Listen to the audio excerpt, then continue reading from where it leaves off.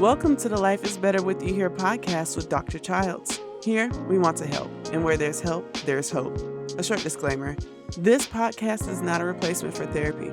If you feel you need treatment, we strongly suggest you visit your physician or go to lifeisbetterwithyouhere.org/therapists/ for assistance finding a mental health provider. This episode is included in our mini-series titled Unaliving Prevention. Our goal with this mini-series is to bring awareness to a wide array of groups within the Black community that we feel could be served better. With these episodes, we want to do what we can to foster open conversations that are inclusive and create a safer environment for us all. Subjects in this series may trigger some or contain topics not suitable for all audiences. Please use your discretion. In today's episode, we will focus on adolescents and teens. Now here's our host, Dr. Childs. Hi, and welcome to another episode of Life is Better With You Here. And I am your host, Dr. Childs, and I'm very glad that you're here. So this is going to be our series that's going to wrap up our season, and we're going to be talking about adults, adolescents, and attempt survivors. We'll first begin with the adolescents and teens. But as you know, before we get started, I always like to do a guided meditation. So if you can find a comfortable position in your chairs, on your couches, in your bed, wherever you are, let's get ready for what we're going to do, which is a neck stretch. Okay? It's time to relax the tense muscles in the neck area. And the reason why I want to do this one is sometimes we carry our tension in our neck and our shoulders and other areas of our bodies, but typically it's in our neck and our shoulders and we don't really realize it. So this is going to give us an opportunity to stretch those muscles, to get that tension out, and to just release. So let's do this guided meditation and see if we can release some of that tension. So begin by sitting in a comfortable upright chair. Look straight ahead with your knees together. Grasp the underside of the chair seat and pull upwards on the seat. At the same time, you lower both shoulders a few inches. Your elbows by this time should be slightly bent. As you pull up on the chair, you should feel the muscles between your neck and shoulders stretch. These are the long muscles running from the top of your shoulders to the back of your neck, called the trapezius muscles. Next, slightly rotate your head from left to right and to the left again, as if you were shaking your head no. Do not help your stretch by pushing your head with your hands. This may result in an injury. Instead, place your hands on the sides of your neck so you can gently massage the two areas being stretched. Keep breathing throughout your stretch. When you are done with your stretch, take note of any thoughts, feelings, and sensations you are experiencing.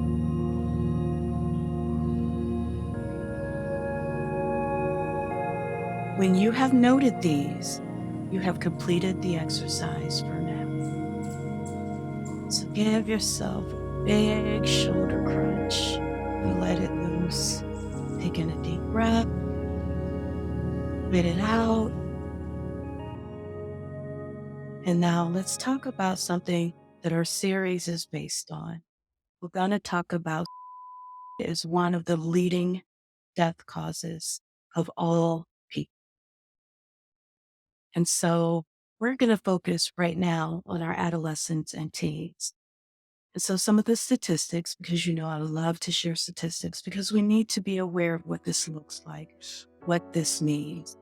So is one of the leading causes of death. It's not the leading cause of death, but it is one of the leading causes of death in the U.S., with more than 48,000 people of all ages dying by in 2021. millions more thought about, planned, or attempted. And in another session, we'll talk about attempt survivors. Not all are completed, and we are thankful for that. We want to provide prevention, we want to provide help, and we want people to know that there is another option. We always say here that it is a permanent solution to a very temporary problem. People between 10 and 24 years old account for 14%, surpassing 6,500 deaths each year. That's 6,500 too many, specifically with our adolescents and teens. They haven't even reached adulthood, yet the problems that they face are very serious. And some of us can say, what can be so difficult about being a teenager? They are human beings just like we are. Just because they're younger doesn't mean they aren't experiencing trauma, loss, grief, bullying, social media problems. There's a lot that they go through. I want you to reflect and focus on when you were a teenager, when you were an adolescent, when you were a preteen, some of the things that you went through that may have caused you to feel like you didn't want to be here anymore. And so those problems still exist for teenagers all around. So it makes the third leading cause of death for this age group. Again, with the statistics, it's the third leading cause of death between young people 15 to 24. 5,000 young people complete in the U.S. each year. 5,000. And that may not seem like a large number, but any number is too large. We'll talk about life and the loss of life. In the past 60 years, the rate has quadrupled for males 15 to 24 years old and has doubled for females of the same age. So this is significantly impacting our youth and our adolescents and our young people. For every completed by youth, it is estimated that 100 to 200 attempts are made. And it may be higher than that. This is just what's reported. Think about what we haven't heard about. Think about what's not reported. Think about the attempts that are made that nobody talks about because they're afraid of what will be thought of them. They're afraid of what will be said. They're afraid they won't be supported. The methods for this age group, firearms, which is a very deadly method, and it remains the most commonly used method among youth, accounting for 49% of all completed attempts. Other statistics, is that 18% said that they made a plan and 10% said that they attempted at least once, compared to 13% and 18% respectively just 10 years earlier. So this is a serious problem, and it appears to be getting worse. And if we look at the media, if we look at certain things that are going on, we also know that within this group, just like everything else, there are disparities. And so what these disparities look like is females continue to be at a higher risk for thoughts and behaviors than their male counterparts. 3 in 10 females, that's 30%, reported seriously considering in the past year. Black students are more likely than their Asian, Hispanic, or white peers to attempt. Our Asian Americans, American Indians, and Alaskan Natives were higher than the rest. And our LGBTQ teens were 3 times more likely to consider than their heterosexual peers. Behavior is also a problem. So we have ideation. Ideation are our thoughts. They're not necessarily intent or plan. Thinking about it, I'm having thoughts about it. Intent, I intend to do something. I intend to carry out a plan. This is what I'm going to do. So we can have the thought, I'm thinking about it, the intent, I intend to do this, and the plan, and this is how I'm going to do it. When we have one, it should be a concern. If we have thoughts, that's a concern. When we move to thoughts and plan, the concern should increase. When we have thoughts, plan, and intent, we should be on red alert because that puts us at a higher risk for completion. When we have behaviors, and this just are the behaviors that go with thoughts, intents, and plans, it can look like self-harm. And self-harm can be cutting, banging of your head, body parts, cutting of body parts, arms, thighs, legs, wrists, whether it results in serious injury or not. It can be surface cutting, but it is a sign. And it is a sign we need to take serious. We cannot afford to say, oh, it's just for attention. Get my attention. I have heard you. This is what we need to be saying. This is not something we can afford to brush off. In a study, 38 self-reported attempts happened in the past year. 265 people had seriously considered in the past year. Attempts can cause serious emotional, physical, and economic impacts. People who attempt to survive may experience serious injury that can cause them long-term effects on their health. There are stories in the city where I grew up. There is a bridge that people would attempt. A lot of times it did not work and they would become vegetables. So these are some of the impacts of that were not completed. It impacts the well-being of not only the person who's committing, but the people who support them. It's like the metaphor of when somebody goes to prison. That person's going to prison, but their family's doing time with them because the family's missing them, interacting with them, growing with them, having a life with them, as well as their coworkers in their community.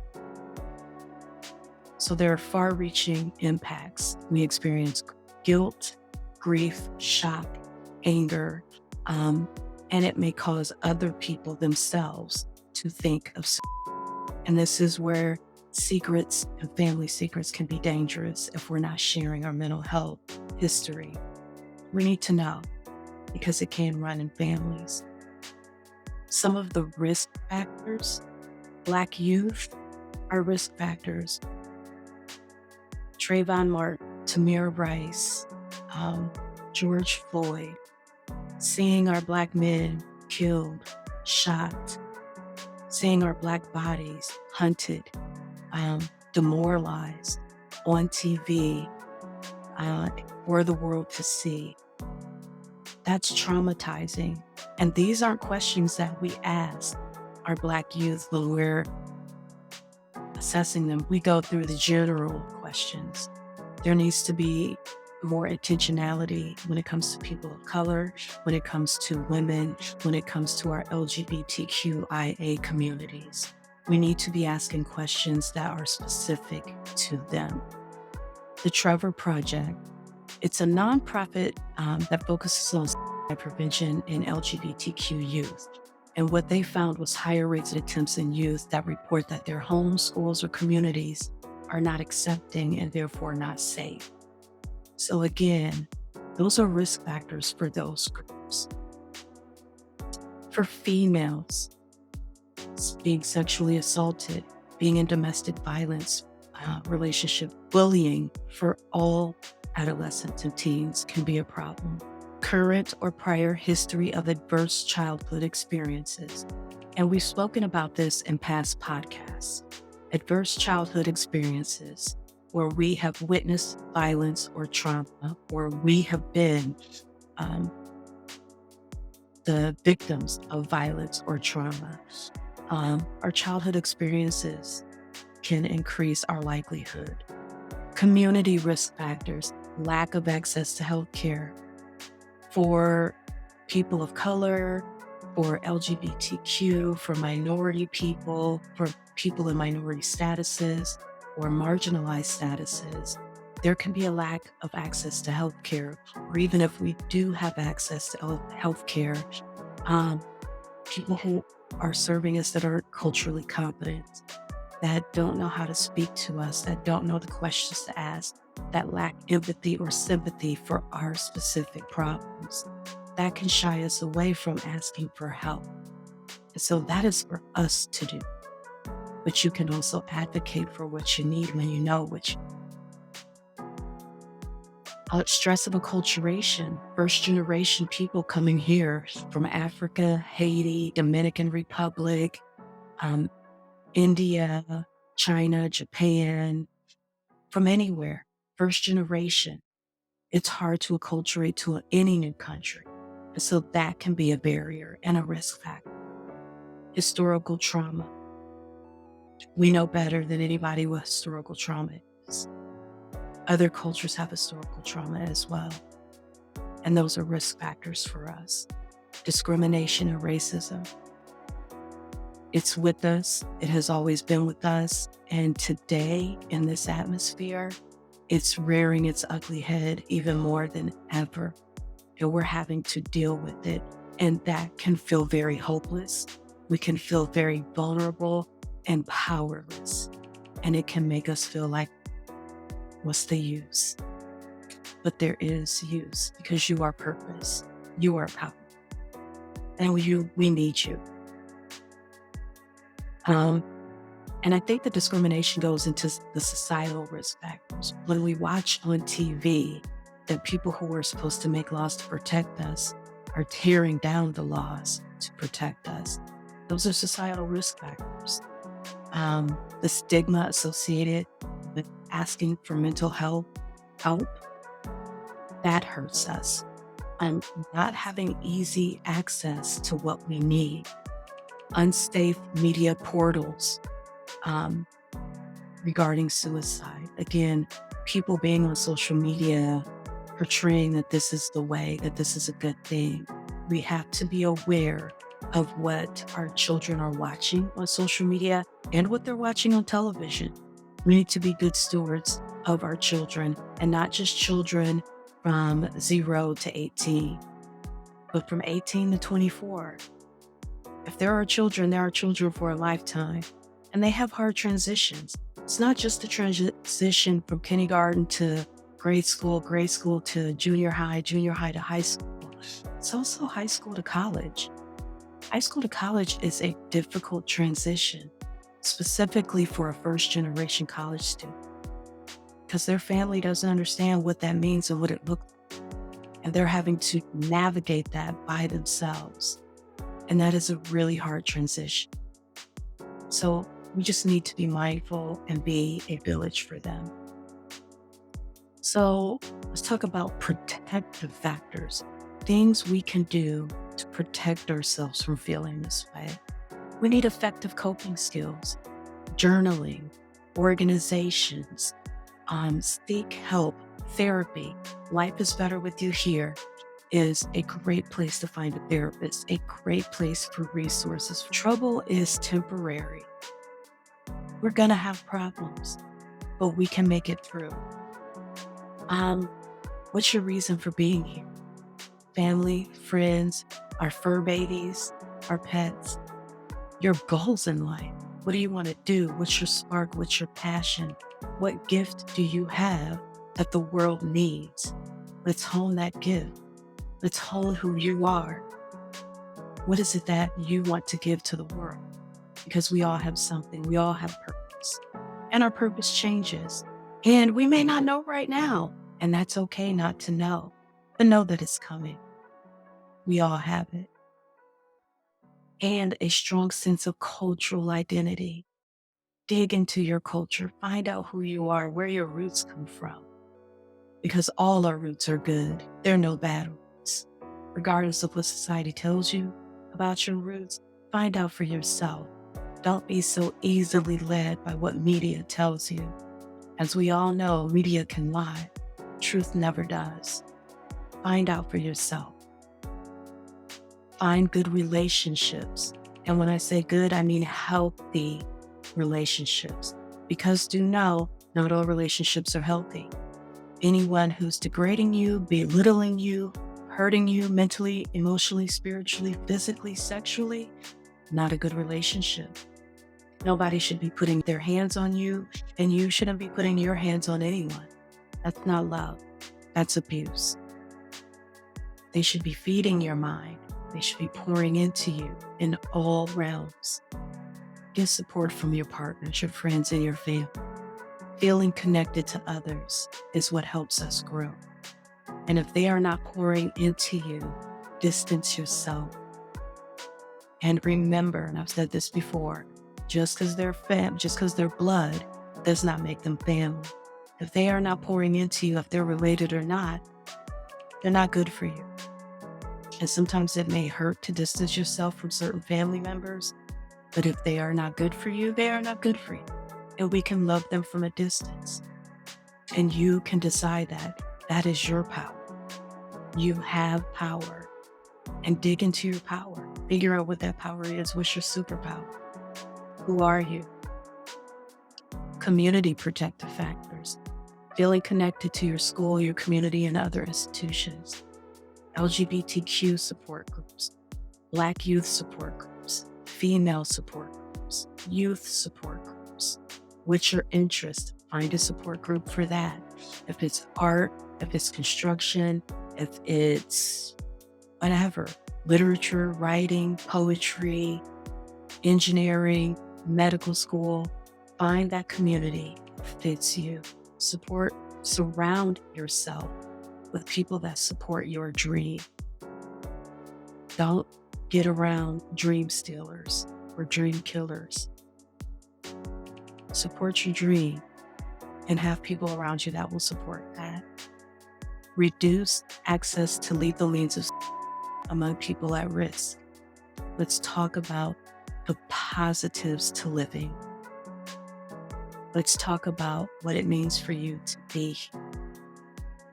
This life is your life. Make it what you need.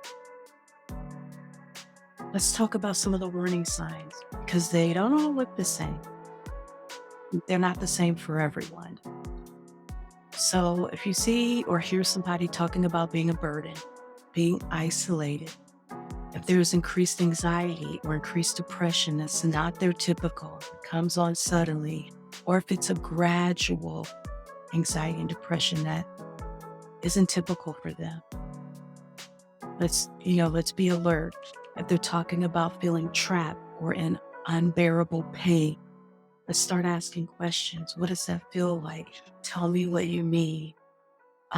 Increased substance use or substance use beginning. Looking for a way to access lethal means. Asking where they can buy a gun or get a sword or a knife or extra pills, extra sleeping pills, extra anything that you know they shouldn't have. If there's increased anger or rage, extreme mood swings,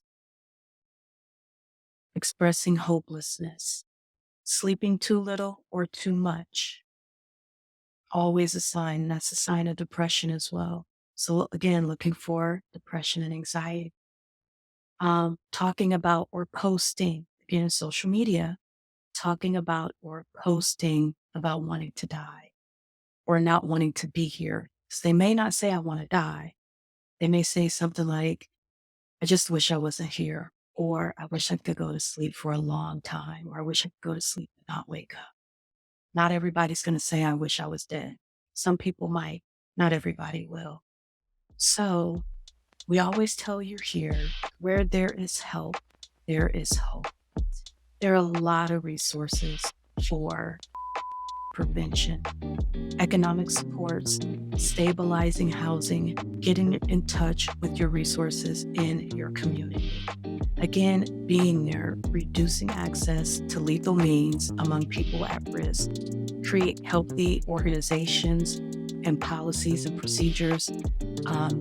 If you're in a space to do that, we're advocating for that. Get on the board of the PTA, get on the board of your counts in your communities. Reduce substance use through community-based policies and procedures. Making sure you look at your insurance, the EAPs, If they're in school, every school has a school counselor.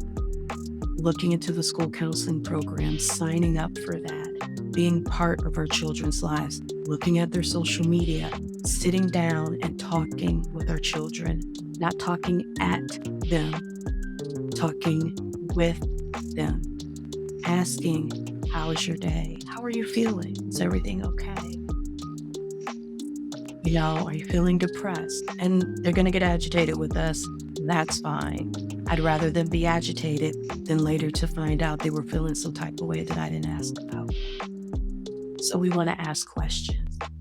Let's teach them problem solving skills. Let's teach them deep breathing, meditation, all the things we've talked about here in the podcast. Let's teach that to our kids. Let's teach them to go on YouTube and look for guided meditations for anxiety, depression. Let's teach them how to live in nature, how to calm themselves, how to reach out for help. Let's get into parenting classes for ourselves if we feel stuck. Because sometimes we don't know how to talk to our children. Sometimes they make it a little bit difficult for us to reach out to them. It's okay to go to a parenting class. This doesn't come with a book, so sometimes we need help. And at different stages in their lives, we need help. An 8th grader doesn't look the same as a 12th grader. And a 12th grader definitely looks different than your 24-year-old. And they clam up and they think we're in their business and we're being too nosy. Yeah, I'm nosy and I'm gonna be nosy because I love you and I wanna know what's going on. And I want you to know you can always talk to me. You can come to me no matter what. I want you to know you can talk to me. These are the conversations that we want to have with our kids. We want to teach them resilience. We want to teach them they can bounce back from anything and that no matter what they're going through, we will be there for them. You can help them make safety plans if they're feeling unsafe, and that may sound uncomfortable to do, but we want them to have a plan if they're feeling unsafe. Who to call? Text 988, and we have that here for you. Other crisis numbers they can call, counselors they can contact, therapists at Life is Better With You Here. Tons of things that they can do. Let them know what their resources are. Let them know that they have independency in seeking that, but that they also can come to you. We can get them treatment. We can be there for them. And again, we will provide you with that with the call or text to 988. There is a chat line at 988lifeline.org 24/7, no matter the time or day. And a clinical psychologist at George Washington University said something that I thought was best.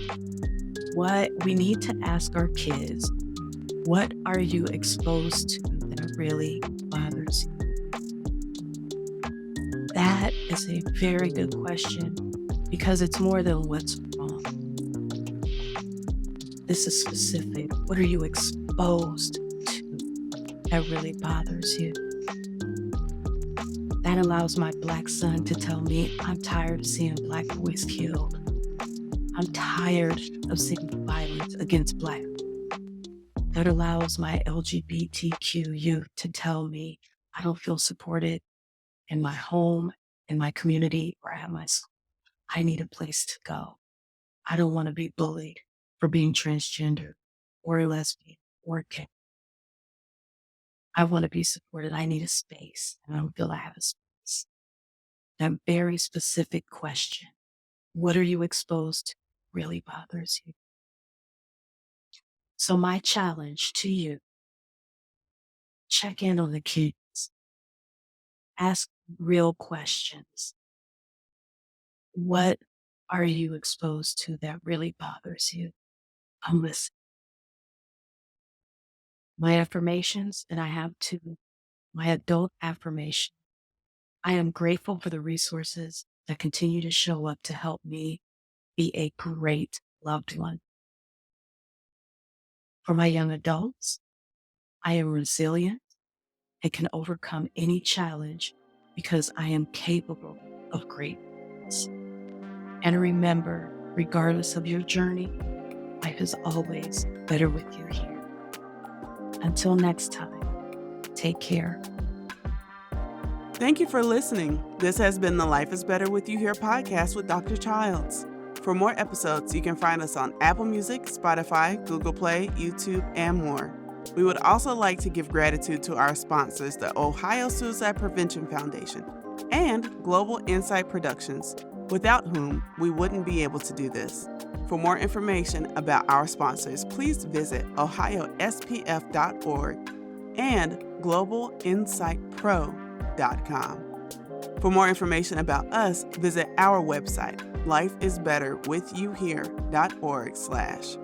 We look forward to seeing you next week. And if you have any suggestions for episode topics, please leave us a comment.